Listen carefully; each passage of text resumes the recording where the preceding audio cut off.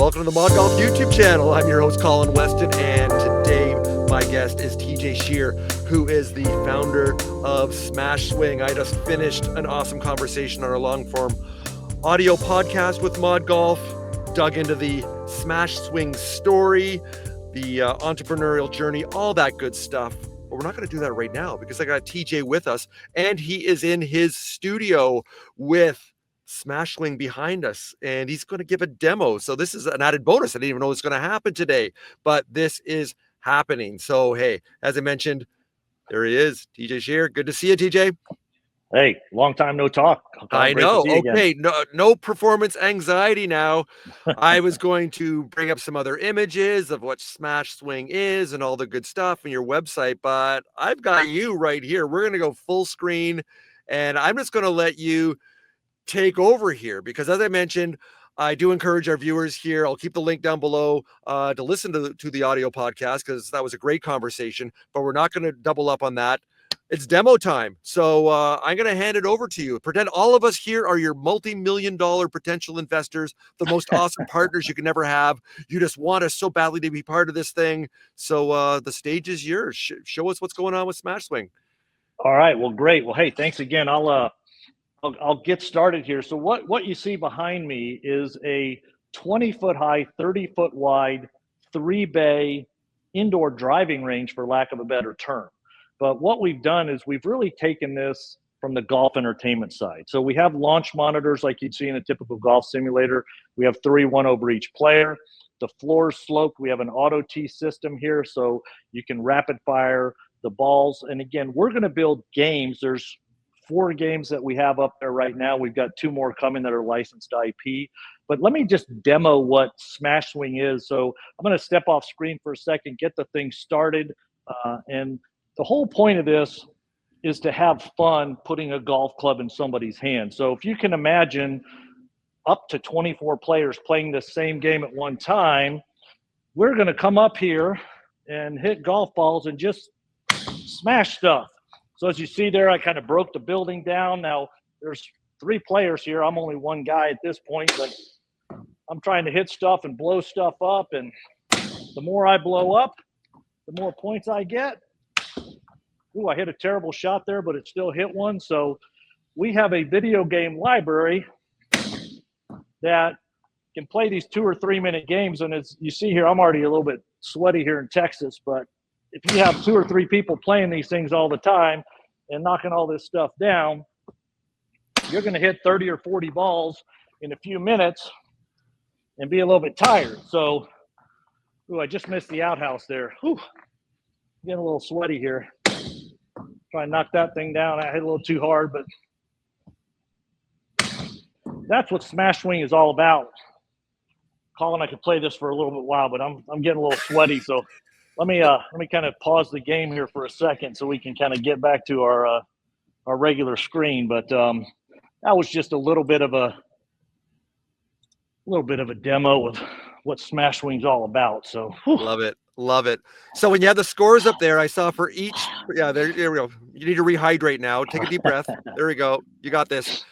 Get some cardio in there too. So it's good for your health. It's good for fitness. So I did notice the scores you had, the individual scores. Can you do it if all, let's say myself, you, and let's say Abu from our host from the Golf Business Technology Conference in Belfast, all 3 of us were playing.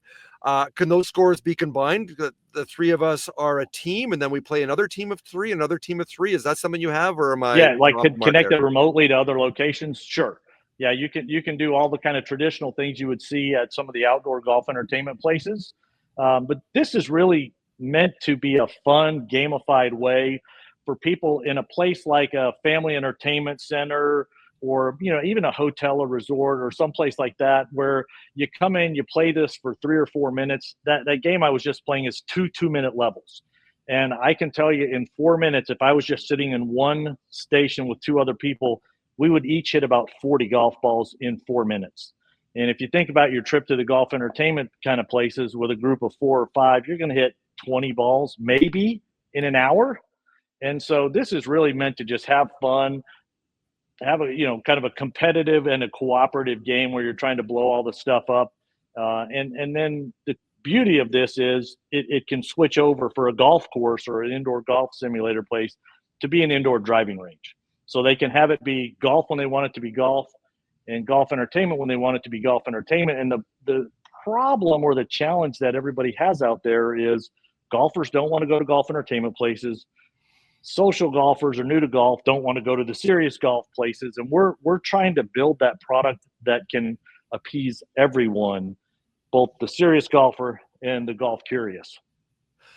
One of the things I love about what you're building with SmashSwing is you've really embraced that arcade mentality of 3-minute long games, whether you're going to the state fair for the arcade section, whether you're actually doing it, even old school video arcades. I think you and I are about the same age. I remember playing Space Invaders and Asteroids and stuff like that, and just loving that. And or pinball, and the games on average are around 3 minutes long. So is that something that you've learned from your experience of working with Chuck E. Cheese and elsewhere within the entertainment and hospitality industry that has brought you to that conclusion, that insight that you saw that's what people work, this time of 3 minutes rather than 1 hour is that sweet spot? I wish I was that smart, but you know when we designed SmashSwing, it was part of being a golf playground. So our intent, as I mentioned on the long form podcast, is I would have 6 or 8 of these in our golf facility, and people would move. So they would play Asteroids in this one, and then Centipede, and then Guns. So they would move around like you do at an amusement park or like at a Chuck E. Cheese or a place like that, and just not sit in the bay for an hour and a half. I love it. You know, the golf entertainment's paved the runway, and they're brought a lot of people to the game, and nothing that they've done wrong. We're just trying to really change and evolve that experience. And so we intended for this to be a kind of an experience that you go from place to place instead of sitting there. When we built the games, we were working with video game designers. I'm the Space Invaders, Pac-Man era. These guys are like, hey man, the game needs to be like 10, 15 minutes. So we put the first game in here, that Castle Crush one you saw.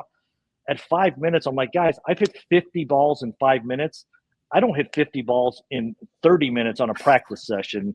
I'm tired. The game's too long. You got to shorten it. And so they've kind of started creating these down to, 1 or 2 minute rounds, so that if you can kind of clear all the castles in this case, or like this game called Gunswinger right here, it's kind of the Western saloon game, if you will, that the bandits pop up or you hit the bottles behind the bar. We've moved from point of trajectory, which you just saw, to point of contact. So we are building Asteroids and Centipede. We signed a deal with Atari to bring those two 80s video games to life, and they'll be coming out later this summer. And our intent with this, when you have this in a venue, whether it's a family entertainment center or golf courses, we bring a steady stream of games so that you have reasons for the customer or your members or your players to come back. So you got a Halloween game coming out, or you have a Christmas or a holiday game and those kind of things, or licensed IP. So we're trying to get it to where the people buy a box, but then they continue to get a steady stream as part of our program to bring the customers or the players to come back. Good stuff. Good stuff. And the golf entertainment indoor facilities I've been to, and I live in Vancouver, there's quite a few of them there now. Yeah. And I've seen corporate groups come in and take 3 bays over. And there's some people that have never played golf before, especially women, that within 5 minutes, they're completely disengaged, and they may as well just be in a bar because they don't care what's going on screen. They've kind of embarrassed themselves or don't feel comfortable swinging a club with people watching, and they're just done within 3 or 4 minutes. And from what I can see with what you're creating is, I'm sure you have just as much engagement with everyone that's around, that's watching what's going on the screen, as the 3 people are playing it. So can you elaborate on that a bit? What's revealed itself and all the testing you've done and what you built there in Texas already, of the people that are not necessarily playing, but they're engaged, right? Yeah, I'm going to walk back here a little bit. So, I used to work for Chuck E. Cheese for a long time, and they realized a long time ago, you serve 2 customers: the players, which is in their case the kids, and then the spectators, which is the parents. And so we tried to build a lot of that stuff in. First off, that screen doesn't look very big when I'm sitting in front of the camera, but you can see here it is 20 feet high, 30 feet wide. So as an operator, I could do game watch parties in here. I can do corporate events with great AV. But what we found on the player side was there's 3 people playing at a time. Again, I can do this from 2 to 24, but when you go to those golf entertainment facilities or an indoor simulator place, if I'm the only one hitting and everybody else is sitting, they're all staring at me. And if I hit, a terrible shot, everybody's laughing at me or everybody's kind of heckling. And so I'm very nervous up there. I can have 20, 25 people playing in this type of an arena, if you will, or a theater, and you got 3 or 4 playing at a time, and the spectators are watching the stuff on the screen right behind everybody. They're not focused on the player. And so it removes a lot of that friction. The other thing that we do, and I believe Gianna Riojas, Yes. the lady one-handed golfer. So she connected me with Ping, and they have an adaptive kit. So all the people that buy our product are going to get this Ping adaptive kit so that we can invite everybody in. So if somebody has some sort of a special need with a club because they're only able to swing with one arm, or they'll be sitting down when they're hitting or whatever. Our whole intent is to bring the game of golf and put a golf club into people's hands in a fun format versus that stuffy stand on the first tee, you don't know what to do, and bring fun and entertainment into the indoor golf facilities. Love this. And up in Canada, I think you mentioned on the audio podcast that one of your first customers at a golf course is in Canada. So do you also see, we talked about movie theaters and so many extra screens over capacity coming out of COVID, that there's opportunities there. But do you see, like, I guess in the US with a Dave & Buster's or even Chuck E. Cheese, and up here in Canada with Cineplex, who owns the Rec Room and Palladium, do you see the opportunity to drop a SmashSwing in those type of spaces? I do. I think I've had the conversation with Chuck E. Cheese. They don't want people swinging golf clubs in there, but they're looking at if we can do this in a soccer version, which we could, right.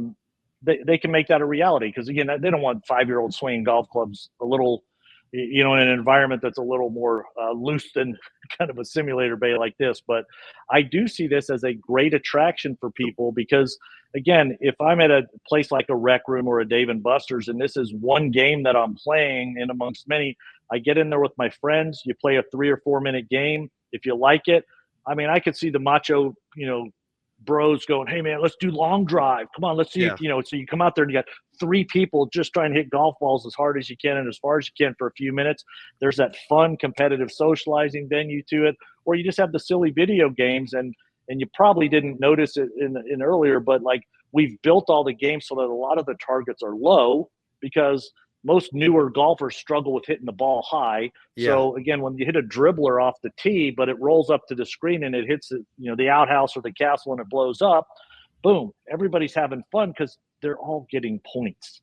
And we've actually built a lot of AI into this game. So as an example, if I'm in one bay and I'm just smashing all my stuff, but the other 2 are struggling, my buildings in the castle game all of a sudden get made out of stone instead of glass or wood. So I have to hit them 2 or 3 or 4 times to knock them down, again, to just kind of handicap, if you will, the games, because I want a 5 or 6-year-old playing in here with mom or dad and let the kid be able to beat mom or dad, because nothing feels better to a child when they've got they're playing a game with their parents and they win. And so that's a lot of the things that we've built into this, is to try and make it a little more fun and level the playing field. That's an interesting insight, because one of the ventures we've been working on for a couple of years is in the golf putting gamification side with video and projections, and falling back on that game theory that you want to have that Goldilocks in between. You don't want to make it so easy that people, they play and they binge on it and then they're done and they've leveled out and then they're bored. And you also don't want to make it so hard that people get frustrated and don't want to play. So it sounds like you're finding that sweet spot. Like you said, if you actually dribble one down, or you just, and you still actually get some points rather than a 0, you don't want the equivalent of a gutter ball every single time.